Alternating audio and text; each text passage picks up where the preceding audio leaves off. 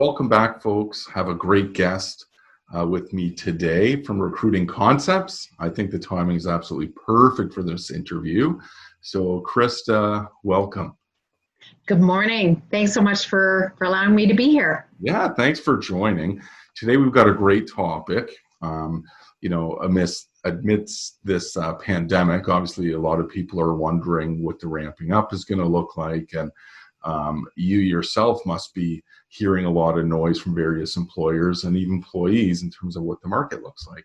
Absolutely, 100%. Yeah. So I think the timing is really good, as I mentioned. Can you tell folks a little bit about yourself and a little bit about your company? Absolutely. So Recruiting Concepts is a recruiting practice. I'm based in Burlington. I'm what you would call a generalist recruiter, meaning I don't specialize in any one industry. And I've done that somewhat purposeful to make sure that the projects are always interesting and different and unique. And I absolutely have no regret in that because I've been able to work across really wide, diverse industries, and it keeps me learning. It really does. So I'm the person that typically steps in when companies that don't have in-house HR have exhausted their own efforts to try to find a particular candidate for a particular role or roles, and they've not come up with their person. So they've expended a fair amount of time, expended a fair amount of energy, money, and they really need this position fulfilled. And so that's really where I step in, is where I kind of take on that project on their behalf and allow them to get back to running their business while I'm in the background doing both advertising and headhunting to attract and connect great talented people to their companies. No, that's fabulous. And I think if you look at the circumstance that most business owners are in today, there's so much for them to think about. There's so much of new tasks that they're trying to sort out, adapting, remote working, probably looking at their forecast for the rest of the year. And the last thing that they want to do is get bogged down on some of the less strategic items. Absolutely. Yeah. And there's a lot to hiring for sure. Not only is it time, but there's some risk inherent in that. And I think a lot of companies are feeling that right now. Mm-hmm. And the more narrow the specialty or the skill set needs to be, it can be quite difficult at times to narrow in and attract those people. So that's what recruiters often are tasked with doing. Sure. Mm-hmm. So I know today we're going to talk about some of the best practices and some tips around recruiting. And you're going to layer in what you're seeing with COVID and how some things have progressed in terms of technology. But can you touch on, just to start, what the environment looks like, generally speaking? Yeah, well, I mean, it's been really interesting to see the different reactions across different industries. And again, I think that's an advantage on my end, right, that I'm open and I generalize, as I've been able to kind of see how people are reacting differently. And I would say that I've seen the gamut. I have seen a few companies have the unfortunate decision to make some layoffs. I would say it's been a minimal amount of layoffs with my client base, which is awesome. Yeah. And that's sort of in that first section is the beginning was just okay, how do we survive this? How do we hang on to our employees? There was a lot of conversation around the different subsidies and the programs that the government was offering, and just keeping people informed. I know I took a crack at that myself just to make sure I stayed on top of what was available so that I could offer that advisement and that support and make sure I could help them through the application process. And this is the stage where companies were having to modify how work was being done, how teams were communicating, what was the work from home situation going to look like, how were employees going to stay accountable and on task. And that was really that beginning section. In the middle was kind of the interesting pocket where I started to see, okay, so there were some companies that really did pivot, started to manufacture different products that they weren't manufacturing before. Saw some people get into that medical business. which meant they needed to re-strategize how they were hiring and who they were hiring and how work was being done. That whole remote work planning, coming up with policies to maintain work being done, but also, again, that sort of accountability and communication piece, that was really interesting. The ground rules on working remotely. Right.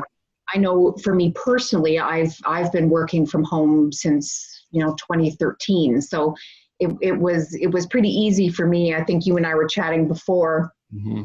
One of the major things that I used to do a great deal of is I would drive to meet candidates in person.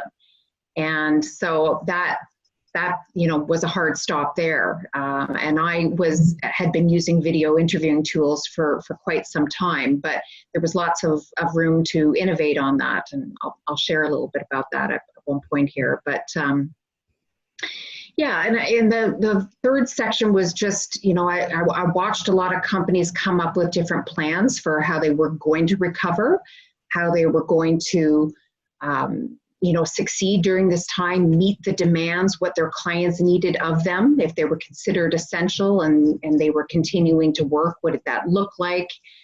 How were employees that had been laid off going to be brought back? What did that look like? All of us have had, the focus of staying on top of what our clients are dealing with. Right. I'm no exception. I made sure I talked to every one of them, talked to just about every one of the candidates that I've placed over the last year to check in from their vantage point. What's been going on? How are they feeling? And that's just enabled me to try to stay on top of the different reactions. Right. So it's been a busy time for you, just ensuring that you're touching base with all the folks. And I guess one of the questions I have around recovery is, with so much stuff going on, there's still uncertainty around, what the economy is going to look like in the next 3 to 6 months. I guess I know you're going to touch on this specifically, the benefits of recruitment, but generally speaking, would you say, having a recruiter work on your behalf would be quicker in terms of placement than an owner trying to do it themselves? Oh, I definitely would. Yeah, I definitely would. And I appreciate that companies, want to perhaps start off with doing the search themselves. There's a perceived cost saving in that scenario. But yeah, I would say that the recruiter can most definitely save them time, can definitely streamline the hiring process, can ensure we see a number of candidates so that we are putting the client into a situation where they're making a well thought out hire rather than the risk of being reactionary in their hiring. Right. And then down the line having to, make tough decisions when they know they've not hired well. So I think in many ways, recruiters can help you slow down the process in order to think it out and craft a good plan. Right.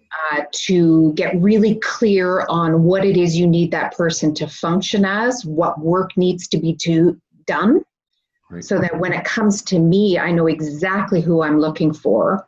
I can speak to the culture. I know the personalities, and I can look at who I can blend in that has the real hard skills, the technical functional skills to meet those criteria on that job description, but is able to come up to speed relatively quickly because we've thought out that character piece on the technical side. Right. And I think if you wrap that all up, I think it really does come down to working quickly and streamlining the process. I have software that enables me to push job opportunities to all the major job boards. I have that sort of wide reach. I'm also able to apply headhunting tactics if the role is very specialized. I have those type of tools handy that perhaps those business owners might not be tapped into. So it just allows me to make sure that companies are seeing as many viable candidates as possible so that they have some choice. They can really look at it. They're not rushing the decision because, again, there is risk inherent in making a bad hire on both sides. So with respect to the wage subsidy, I'm just interested. Have you seen anyone leverage the subsidy, in making a hire sooner than later, only because, hey, the government's helping us out, they're trying to ensure people retain employees? I'm not sure that I've seen that particularly. I know many of my clients have tapped into it, right? But as to whether or not it's enabled them to speed it up, I can't say I know for sure of that, but I know a lot of companies that have tapped into it.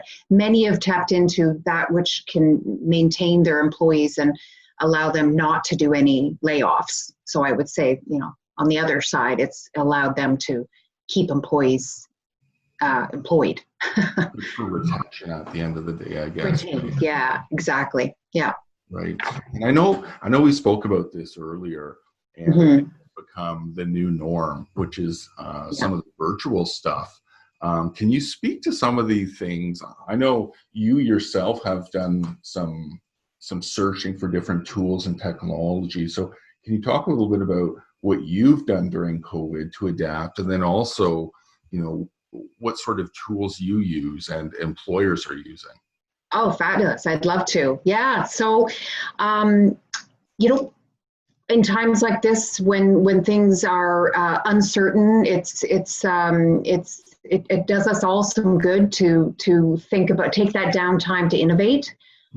So I really jumped into that myself. I'm a part of a international group of recruiters. It's a forum where we're now 32 countries, and each of us have a recruiting business, and we have regular conversations. So it's been incredible for me. But it was through that engagement that I found out about how to access one-way, two-way video interviewing software, and I purchased that and got that rolling in my business. So, and all that is so beyond the scope of your Zoom, your Skype, your Microsoft Teams that allows us to do what you and I are doing right now. Yeah. This enables me to skip the phone interview stage. When I receive an applicant whose resume and credentials look spot on, I invite them to complete an interview in the comfort of their home, on their laptop or on their phone, where they answer several questions. And it allows them to jump out of their resume, become a real person, and impart their personality and talk about why they were inspired to apply. And it just allows me to expedite that process and then share that recorded video with my clients. And then we talk and collaborate on who we'd like to fast track through the process. So again, that sort of innovation. Yeah, it's been really fun to see the reaction. I've been using this particular tool with a couple of manufacturing clients who historically have never done that. Right. And these are candidates that have never been asked to do something like this. And the reaction has been super positive, which of course I'm thrilled about, Right. and people feel like it's personal. They're happy to have an opportunity to say, this is who I am, and I'm excited to apply, and this is what I think I can bring. And, I mean, it's the innovation really has been, how do we continue to recruit and ultimately hire and onboard candidates when we're not even meeting them in person? So I've been coaching quite a few clients through that process, and, through enabling them through the tools that I have, which is, I have an applicant tracking system. I have this video software I've talked about. That video software also adds a little bit of AI, where it will distill a little bit of what the candidate has said in their recorded interviews and give me some keywords that are descriptors. Right. That have been able to interpret that particular candidate and come up with what they think are some of their soft skills. So it's kind of cool little innovation. But, certainly the component of not being able to see people in person, shake their hand, get a feel for them, this is really the next best thing. And I don't think it's going to go away after things clear up. I really don't. Yeah. I think companies are going to get the hang of it, and they're going to make it work, and it'll be our new normal. It just seems to me that, there is a convenience factor in all of this as well, especially, I really like the idea of replacing the phone interview with a video where an individual, almost everyone has a phone and a laptop, right? One or the other, and they can kind of add that human touch. And perhaps absolutely. You're not just looking at a resume, you're hearing, you're seeing the person. And I can see that really pushing the process forward for sure. It definitely has. It definitely has. It's been really fun to apply that during this time, especially during this time. Right. So it felt very forward moving, and that was exciting. I've been doing tons and tons of webinars. That's kind of how I've been gathering insights. I wrote a blog post about virtual onboarding. So once you've actually made a hire, how do you get people started and allow first day working in their house? I mean, who would have thought? Unbelievable. Things have really changed. But it's good though to know that folks can still continue the process. You don't have to wait till everyone is in the same office. And business isn't really sidelined. At the end of the day, folks can work remotely, they can onboard remotely, and you can move things forward. So it's good to see the adaptations. For sure. And, I think it works when you continue to communicate with your candidates. Like once people are hired, you stay real connected. I mean, I was talking to somebody recently about, on the remote recruiting side, when you're interviewing, what are you doing differently? How are you engaging people in a Zoom interview or a Microsoft Teams interview? Who are you involving? How are you imparting your culture?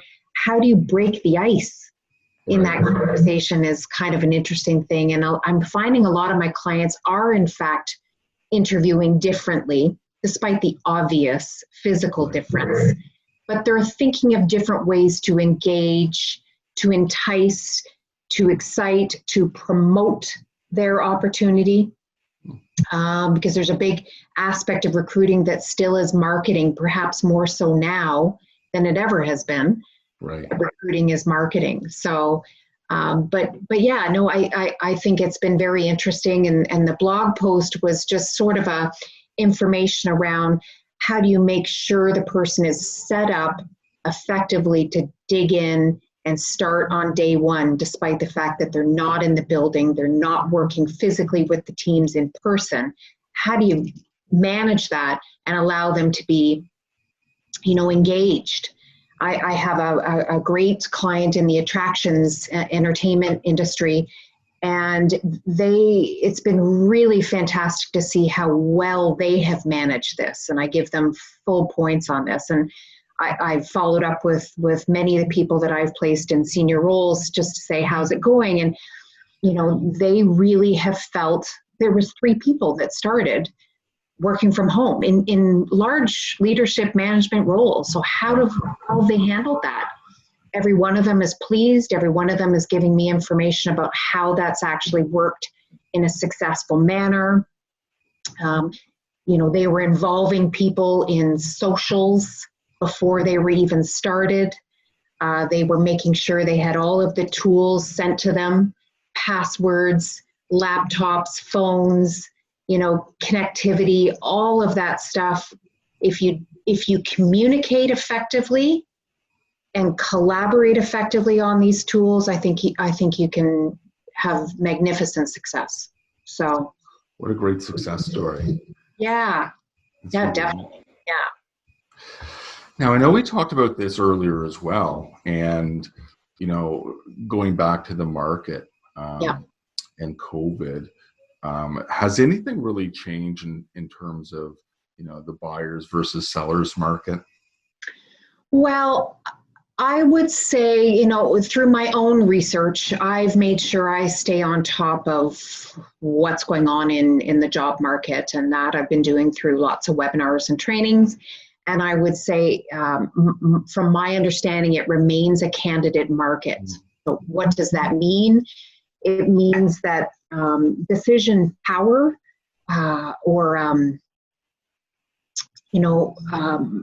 pushing things through ends up being on the candidate side. There's still, I'm not sure if I'm phrasing that correctly, but I guess, just to say it simply, it's still a candidate market. So that puts employers into the position to maintain that thinking of, you have to market to people, you have to keep them informed, you have to make sure there isn't too much of a downtime to them not knowing what the next step is, because you might lose them. And unfortunately, I've seen that a few times in this period, where, and I appreciate so much is up in the air.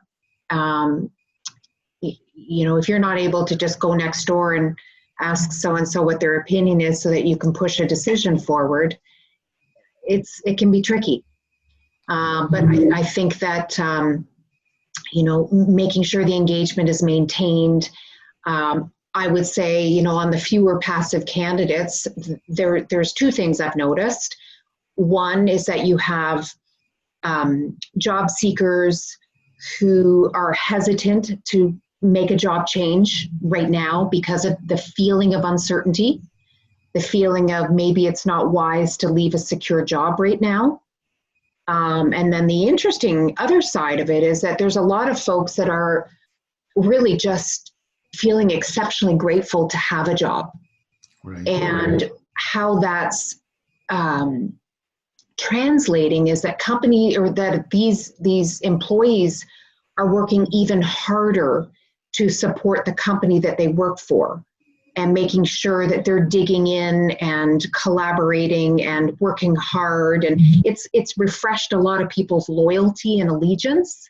And that's been really interesting to see.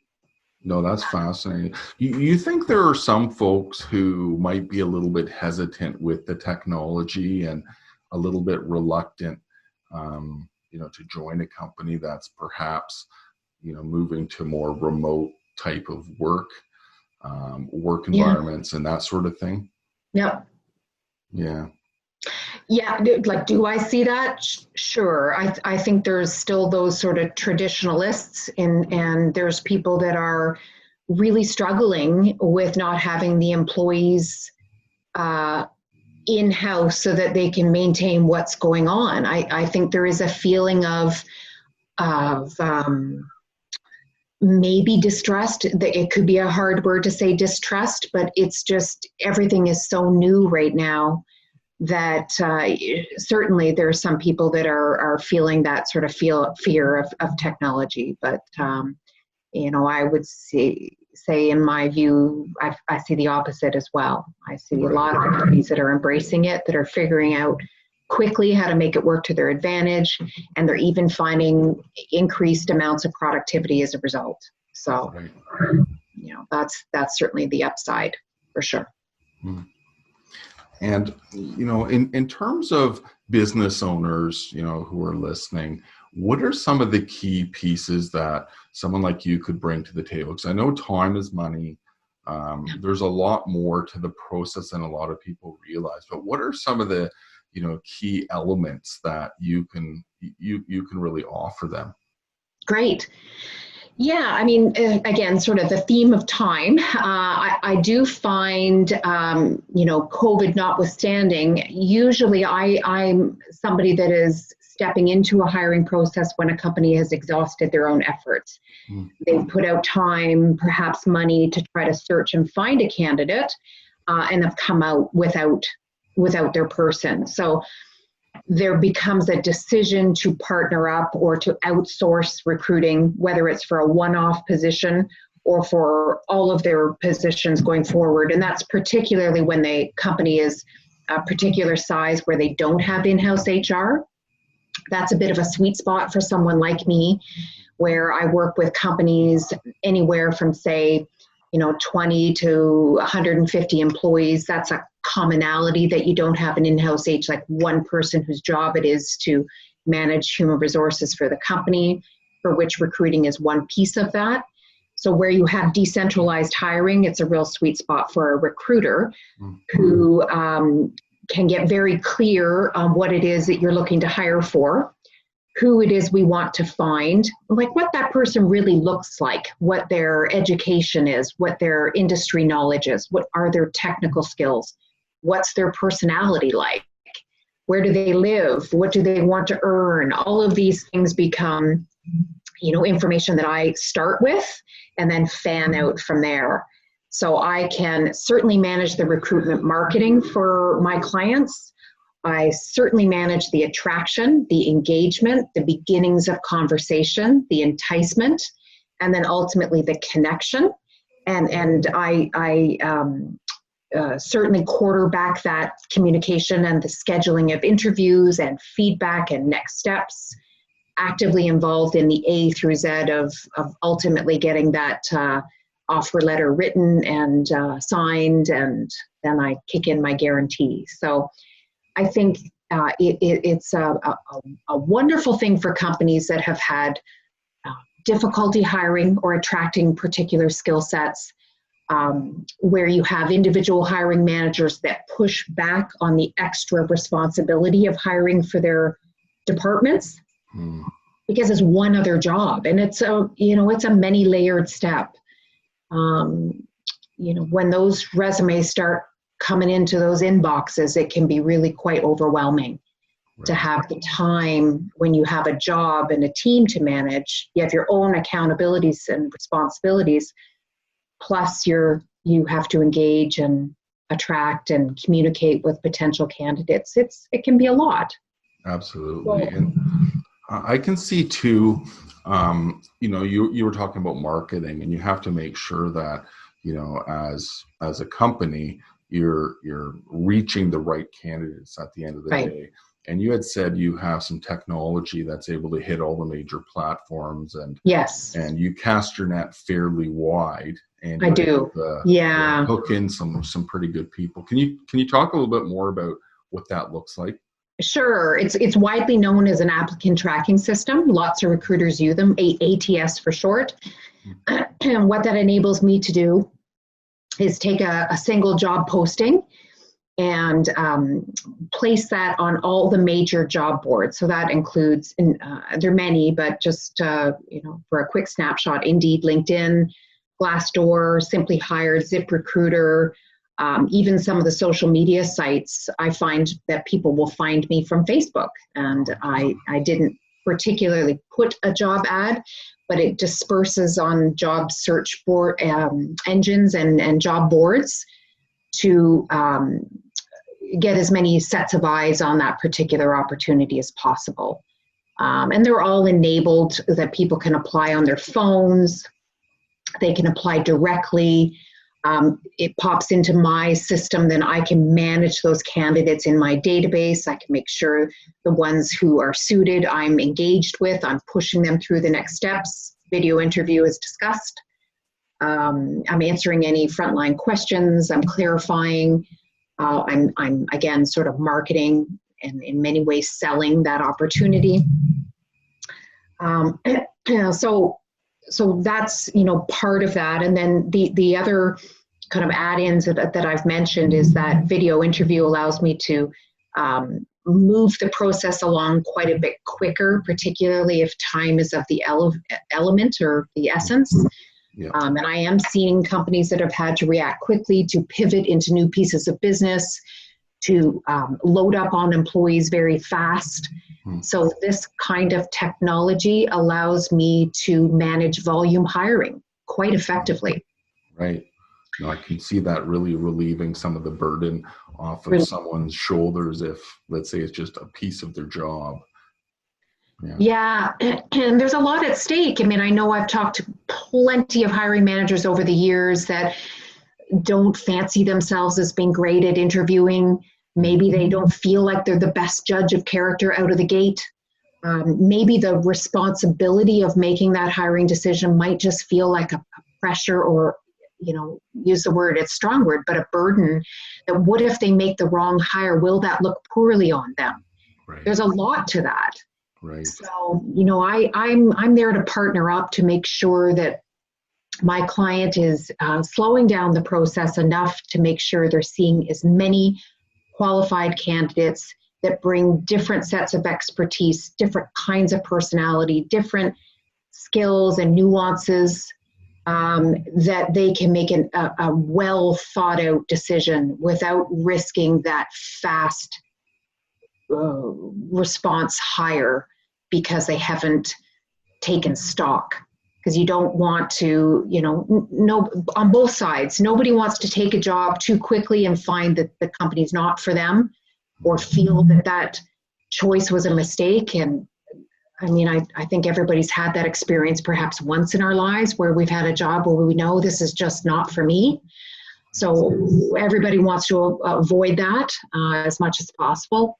And then on the flip side, for the company to make a poor hire, I mean, there's been lots and lots of articles written about what that actually costs a company to de-hire a person they feel was not the right fit. There's a lot to that. So I think as you decide to outsource hiring, whether it's for one position or all of the positions going forward, it's about partnership. Mm-hmm. And I choose my clients very carefully. That was one of the things that, I chose to go out on my own many years ago because I wanted to pick my companies. And, I'm interested in lots of different businesses. As I mentioned, I work across quite a few industries, but I like to pick companies that are progressive, that have good culture, that treat employees well, that offer growth and development. Those are some of the things that I like to connect with and work with companies that are like that. And I think I'm an extension of their company. And even when they may not have an active job or a hire on the books, a recruiter can always keep that mind open to attract smart, talented people to them. Yeah, and I think I can definitely see the benefit that you bring to the table. I mean, even just, for businesses planning for the future and reaching out to you and saying, hey, what does the job market look like? Absolutely. Do you anticipate there to be a difficulty in hiring? All of that stuff really does fit into their business plans at the end of the day. Absolutely. For sure. Yeah. So if folks want to reach out to you and, get a little more information about what it is that you do, what's the best way for them to reach you? Yeah, well, right here is my direct email, my direct number, and my website. And so that's 3 easy ways to reach out to me quickly. But I'm very, very happy to hear from people, especially if they've perhaps never used a recruiter. It all starts with a conversation. Me learning a little bit about what they need, seeing whether or not I feel I can be of assistance, and it goes from there. Excellent. Thanks for joining. Appreciate it. Thank you so much for this, Jim. It's been a pleasure. Lots of fun. Thank you so much. Yeah. Bye-bye. Bye for now.